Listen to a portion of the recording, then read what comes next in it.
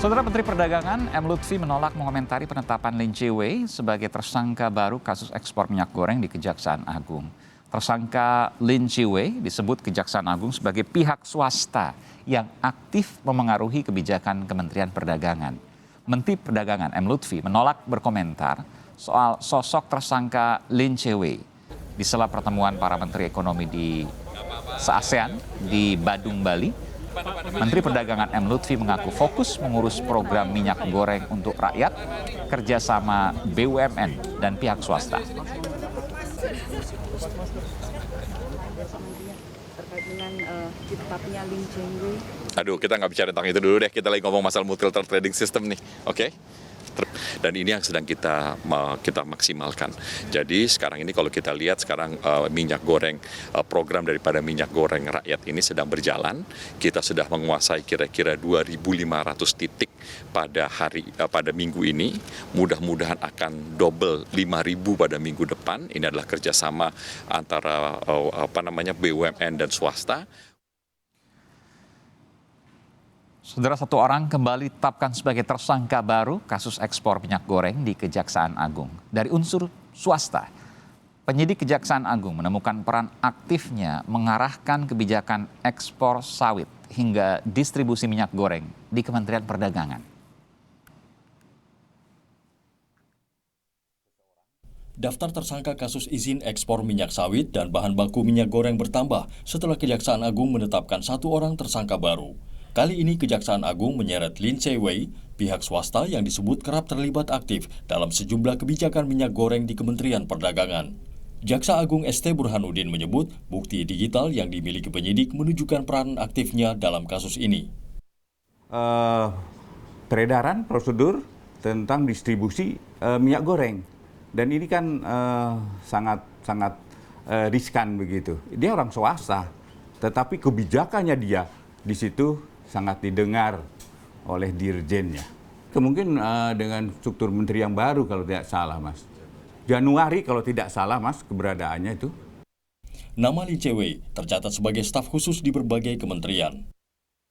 Tahun 2004, Lin Che-wei adalah staf khusus Menko Perekonomian, lalu Menteri BUMN di tahun 2004, Presiden Direktur Dana Reksa di tahun 2005 hingga 2007, lalu menjadi tim asistensi Menko Perekonomian Sofyan Djalil pada tahun 2014 hingga 2019, dan Menteri ATR BPN hingga Menteri PPN Bappenas tahun 2016 hingga 2019. Anggota Komisi 6 DPR dari fraksi Partai Gerindra Andre Rosiade mendesak Kejaksaan Agung mengejar semua pihak, termasuk korporasi lain yang diduga terlibat kasus ini. Dan saya rasa sudah saatnya mafia-mafia itu dikejar sampai ke akar-akarnya, dan harapan kami ya negara tidak kalah dengan oligarki. Jadi kita dukung penuh langkah Jaksa Agung, ya jangan sampai, sekali lagi kejar juga kalau memang ada dugaan keterlibatan korporasi dan juga pemilik, ya kejar mereka. Kalau perlu jangan ragu-ragu, kalau memang terlibat tetapkan juga sebagai tersangka. Presiden Jokowi tegas melarang ekspor minyak sawit dan semua produk turunannya pada 27 April untuk mengatasi kelangkaan minyak goreng di dalam negeri. Menurut Jokowi, kuota produksi minyak sawit yang diekspor jauh melampaui angka kebutuhan di dalam negeri. Pemerintah memutuskan untuk melarang ekspor bahan baku minyak goreng dan minyak goreng ke luar negeri. Semestinya, kalau melihat kapasitas produksi, kebutuhan dalam negeri bisa dengan mudah tercukupi. Volume bahan baku minyak goreng yang kita produksi dan kita ekspor jauh lebih besar daripada kebutuhan dalam negeri. Kebijakan pemerintah ini berdampak pada petani sawit yang mengeluhkan anjloknya harga tandan buah segar sawit dan mendesak pencabutan pelarangan ekspor minyak sawit. Tim Liputan, Kompas TV. Saudara, mengapa pihak swasta bisa aktif terlibat menentukan kebijakan ekspor minyak sawit hingga distribusi minyak goreng di Kementerian Perdagangan? Dalam kasus ini, lalu siapa saja pihak lain yang masih dibidik Kejaksaan Agung dalam kasus ini? Kita bahas bersama Barita Simanjuntak, Ketua Komisi Kejaksaan Republik Indonesia, dan Boyamin Saiman, Koordinator Masyarakat Anti Korupsi Indonesia, MAKI. Selamat malam Bapak-Bapak, sehat selalu. Selamat malam. Saya ke Bung Boyamin dulu. Iya, maaf lahir batin. Saya ke Bung Boyamin. Bung Boyamin, Ini mengejutkan, seorang sosok ya Lin Chiwe yang terkenal lama di bidang ekonomi, lalu kemudian juga lurus lah begitu kurang lebih, termasuk juga mungkin Bung Boyamin juga mungkin kenal juga sebagai sosok yang juga meluruskan berbagai macam masalah, termasuk sosok anti korupsi. Betul demikian? Ya, saya tahu beliau sejak zaman awal-awal reformasi itu Betul. termasuk yang kritis terhadap kasus-kasus bank terkait BLBI misalnya, Iya. atau ekonomi yang kritis juga, ekonom juga gitu. Tapi ya belakangan kan tidak pernah terdengar suaranya lagi, tiba-tiba muncul dalam kasus ini ya. Sebenarnya saya kaget juga dan bahasa saya juga menyayangkan akan peristiwa ini. Tapi apapun asas praduga tidak bersalah, dan sebagai saya salah satu pelapor kasus mafia, dugaan mafia minyak goreng di Kejaksaan Agung, itu kan melaporkan dugaan atas izin-izin yang tidak memenuhi syarat atau izin yang ilegal sehingga diproses menjadi korupsi, kan dulu begitu. Ya. Dan ini ketika berkembang kemana-mana, saya yakin Kejaksaan Agung penyidiknya berkeyakinan punya bukti material maupun formil terhadap dugaan terhadap orang-orang yang dijadikan tersangka. Ya, sebenarnya dalam posisi ini ya semua orang diperlakukan sama. Kalau memang diduga ada bukti ya jadi tersangka, kalau enggak ya enggak. Dan tersangka pun juga masih ada upaya membela diri, misalnya pra peradilan itu. Jadi tapi apapun, Aiman, saya boleh memberikan apresiasi kepada Kejaksaan Agung apapun sekarang telah memasuki dunia konflik kepentingan, dunia kolusi, bukan hanya korupsi aja. Ini saya apresiasi karena memang Kejaksaan Agung selain tindak pidana ekonomi, kasus mulai zaman impor tekstil Batam dan sekarang masuk minyak goreng itu juga diterapkan.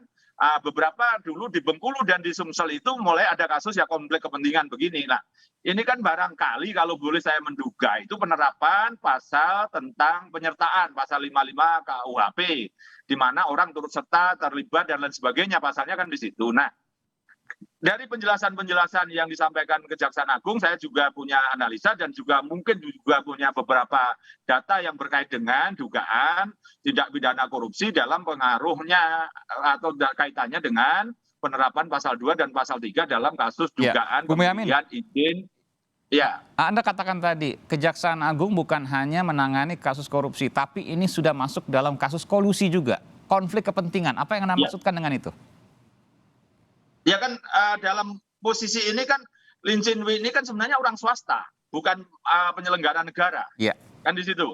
Nah, dari proses itu kan dari penjelasan Jaksa Agung Muda Pidana Khusus tadi siang itu mengatakan dia seakan-akan berdiri di perusahaan swasta karena pernah jadi konsultan, berarti ini dia seakan-akan punya kepentingan di perusahaan swasta. Tapi sisi lain dia bisa masuk di acara-acara di Kementerian Perdagangan dan diduga bisa mempengaruhi atau rekomendasi dia yang dipakai oleh dirjen yang sudah tersangka itu. Jadi ini artinya dari kacamata ini konflik kepentingan seakan-akan, dan ini bisa jadi kolusi karena Lin Chiwe diduga kan gitu. Kalau analisa lo ya, ini bukan sesuatu yang saya bukan penegak hukum, kalau bicara analisa seperti itu gitu. Jadi ini dianggap mempengaruhi, jadi berdiri pada posisi di pemerintahannya, kekuasaannya mempengaruhi izin ekspor yang diduga tidak memenuhi syarat tadi. Mestinya tidak memenuhi syarat, tidak diberikan izin, tapi diberikan izin. Nah, diduga Lin Chiwe itu juga punya peran di situ kan gitu. Kalau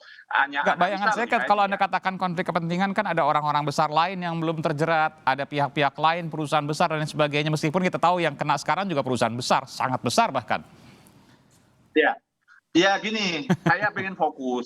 Bahkan begini, saya hanya ingin menegaskan dan kalau boleh saya meminta atau memerintah Kejaksaan Agung fokus di tersangka yang sudah ada ini, segera bawa ke pengadilan. Nanti biar pengadilan memutus bersalah tidak bersalah.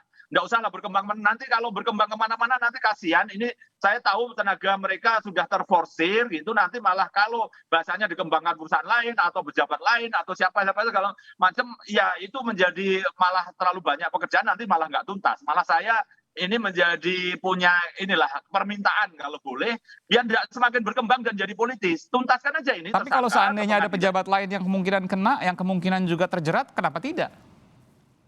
Ya bisa aja gitu kan, ini permintaan subjektif saya Mas Aiman gitu. Oke, saya membaca itu. Oke.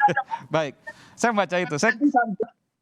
peradilan ada bukti fakta baru ya kembangkan juga model KPK makan bubur dari pinggir misalnya begitu. Tapi ini karena nanti saya punya bayangan kalau terlalu kemudian bahasa saya juga sebenarnya pengen tuntaskan semuanya.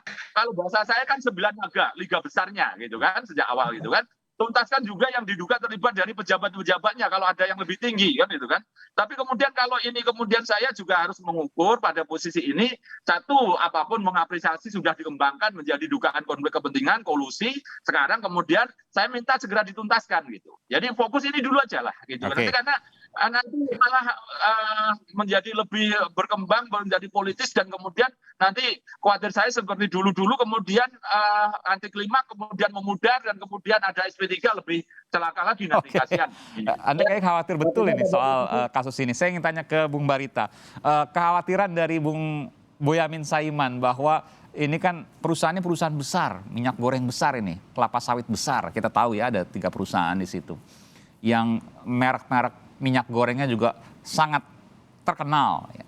Saya ingin tanya, biasanya seperti ini tentu menjadi tantangan bagi Kejaksaan Agung karena pasti ada intervensi. Betul demikian, Bung Barita? Ya, Mas Saiman memang karakter Mas Boyamin selalu harus khawatir ya, karena dengan demikian selalu ada evaluasi terhadap berjalannya penegakan hukum itu baik.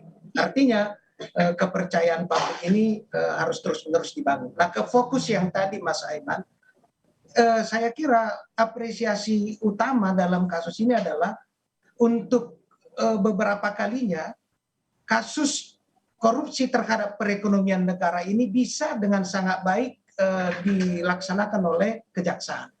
Dan memang karakteristik kejahatan terhadap perekonomian negara ini harus dimulai dari ya apa yang disebut high level itu.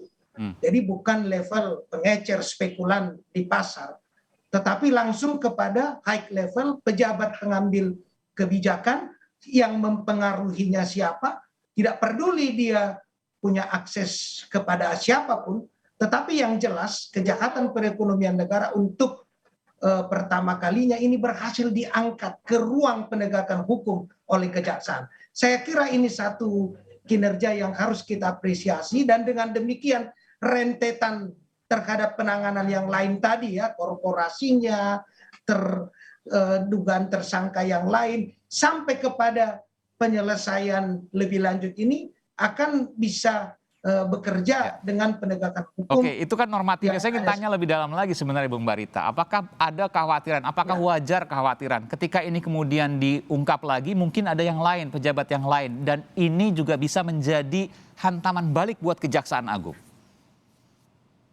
Ya, saya kira kekhawatiran itu lebih kepada apa yang selama ini menjadi apa yang dilihat fenomenanya ya. Tetapi sekarang kan tadi saya katakan untuk pertama kali kejahatan terhadap perekonomian negara ini diangkat dan itu sudah dimulai dari high level. Artinya kita harus memberi kesempatan, kepercayaan dan dukungan yang luas agar ini tidak berhenti, agar terus berkembang sampai tuntas sebab kejahatan perekonomian negara ini tidak boleh dibiarkan ya. Ini yang menurut saya makanya di awal saya katakan apresiasi yang tinggi. Karena ini baru pertama kali memang sangat wajar ada kekhawatiran.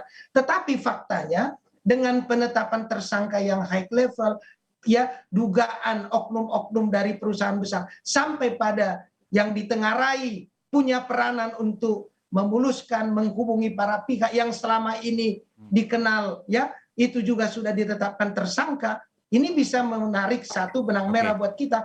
Bahwa kita punya keyakinan ini akan berjalan terus, Mas Aiman. Dan kita untuk kejahatan korupsi atau perekonomian negara ini tidak boleh menyerah, tidak boleh. Setuju soal itu. Tapi permasalahan begini, saya juga agak khawatir ketika kemudian Bung Boyamin tadi mengatakan bahwa ya udah fokus aja dulu di sini. Nanti kalau ke yang lain lagi, ada yang lebih tinggi pejabat yang lain, nanti malah nggak fokus, lalu kemudian ada intervensi, ujung-ujungnya SP3. Saya ingin tanya Bung Boyamin, kan Kejaksaan Agung punya pengalaman, kasusnya gede loh, Jiwasraya, ada Asabri, asuransi Abri, uangnya juga luar biasa, triliunan rupiah, selesai tuh. Tapi untuk minyak goreng Anda punya kekhawatiran. Tapi TPPU-nya Jiwasraya kan selesai gugat pra peradilan. Jadi harus menambah vitamin lagi untuk Oke. saya misalnya ini nanti juga harus pra peradilan karena kemudian anti klimaks. Saya kan lebih khawatir itu, berarti saya harus mengeluarkan tenaga pikiran lagi gitu kan. Sebagai pelapor saya pasti akan gugat pra peradilan kalau ini anti klimaks, kan jadi begitu. Nah, untuk menjaga supaya tidak anti klimaks, saya sebagai salah satu pelapor meminta ini segera tuntaskan, bawa ke pengadilan, dan itu biar masyarakat juga bisa menilai dan melihat Oke. bagaimana proses ini menjadi ada pembuktian dan juga ada pembelaan, kan itu. Jadi Fokus dulu di sini. tetap setuju kalau toh kemudian kejaksaan juga nambah tersangka besok, tidak apa-apa. Saya sebagai pelapor kan saya tidak pernah menunjuk orang siapa tersangkanya. Tapi bahwa itu kemudian Kejaksaan Agung menetapkan tersangka ini dan itu kan tidak mungkin saya ngomong jangan itu, kan juga nggak boleh gitu kan. Nah ini yang pada posisi tertentu inilah saya ada kekhawatiran nanti kalau anti klimaks, boleh kan gitu loh. Jadi itu aja, saya tidak melarang. Rasanya Kalau Bung besok Boyamin kita sudah mencium ada pejabat lain atau mungkin tokoh lain atau mungkin pihak swasta lain yang besar yang kemudian bisa kena, tapi kemudian bisa ada potensi intervensi kepada Kejaksaan Agung. Betul demikian Bung Boyamin? Iya, ini kan baru analisis saja Mas Aiman. Karena saya sebagai orang yang pasti harus pra peradilan, kekhawatiran itu pasti ada supaya tidak istilahnya peristiwa itu terjadi, maka ya saya mencoba melakukan analisa-analisa dan juga antisipasi. Kalau gitu saya langsung tanyakan ke Anda, adakah ini kementerian lain atau pejabat lain? Saya kalau bicara dugaan itu ada pihak lain, baik dari swasta maupun dari pihak penguasa. Ada. Saya selaku pelapor kan punya clue-clue dikit-dikit lah. Masa saya belum-belum juga. Iya. Tapi ya biar ini bawa ke pengadilan, besok menetapkan tersangka baru, saya dukung tetap kalau itu pasti. Oke, baik. Saya ke Bung Marita. Bung Marita, Anda sebagai pengawas kejaksaan ya, Komisi Kejaksaan tentu ikut mengawasi kejaksaan, juga masyarakat tentu.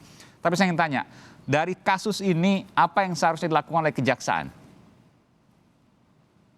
Ya, yang pertama kan ada dua hal yang kita harus lihat ya. Capaian kinerja menyangkut pemberantasan tindak pidana korupsi triliunan di Jiwasraya dan Asapri itu tuntas. Yang kedua adanya perintah langsung dari Presiden untuk usut tuntas dan itu telah dilakukan. Jadi artinya ini baru awal sekali. Saya katakan tadi, untuk pertama kalinya kejahatan terhadap perekonomian negara ini diangkat ke ranah penyidikan pidana khusus oleh kejaksaan. Dan itu bukan kerja yang sederhana. Untuk pertama kalinya kan sebelumnya sudah pernah Bung Marita?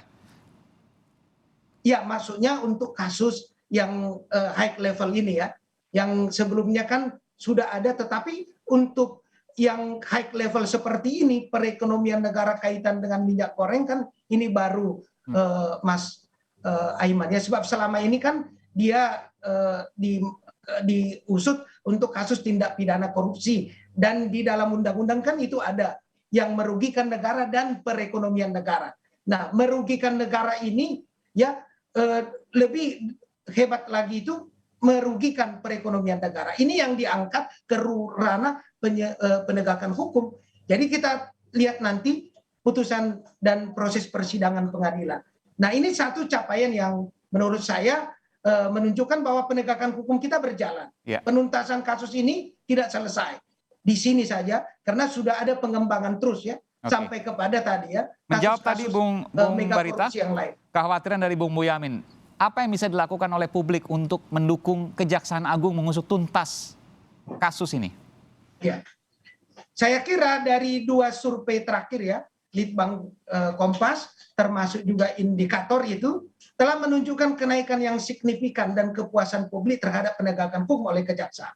Kita melihat ini satu moral force yang luar biasa. Betul. Ya, jadi kita harapkan satu, dukungan publik agar jangan sampai yang tadi dikatakan Mas Boyamin adanya serangan balik para penjahat-penjahat ekonomi yang disebut mafia itu dengan potensi kekuatan ekonomi dan pengaruhnya mempengaruhi sehingga terganggu, tidak jalan. Mari kita kawal bersama. Dan dukungan publik selain untuk memberikan dukungan itu juga tentunya adalah mengawasi agar dia berjalan secara proporsional, progresif dan jalan terus. Tidak hanya di level menengah, tetapi juga seperti yang sudah dicontohkan sampai pada high level tadi, Mas Aiman. Ya, kalau saya pribadi saya masih optimistis selama masih ada Bung Boyamin dan Bung Barita. Tapi gini, masyarakat Oke, singkat saja Bung Boyamin. Nanti menonton sidang sama bawa jerigen kosong itu boleh, nanti minta minyak goreng itu. Masyarakat juga masih boleh memberikan dukungan. Kalau ditanya tadi masyarakat bisa melakukan apa? Kenapa bawa jerigen Nanti kosong? Kalau dibawa nonton dan membawa jerigen kosong itu boleh. Nanti barangkali ada yang mengasih minyak goreng itu. Itu salah satu bentuk dukungan yang hebat terhadap penegakan hukum, Mas Aiman. Oke, baik. Terima kasih Bung Boyamin Saiman, Koordinator Masyarakat Anti Korupsi Indonesia dan juga Ketua Komisi Kejaksaan Republik Indonesia Barita Simanjuntak. Terima kasih Bapak-bapak, selamat malam, sehat selalu.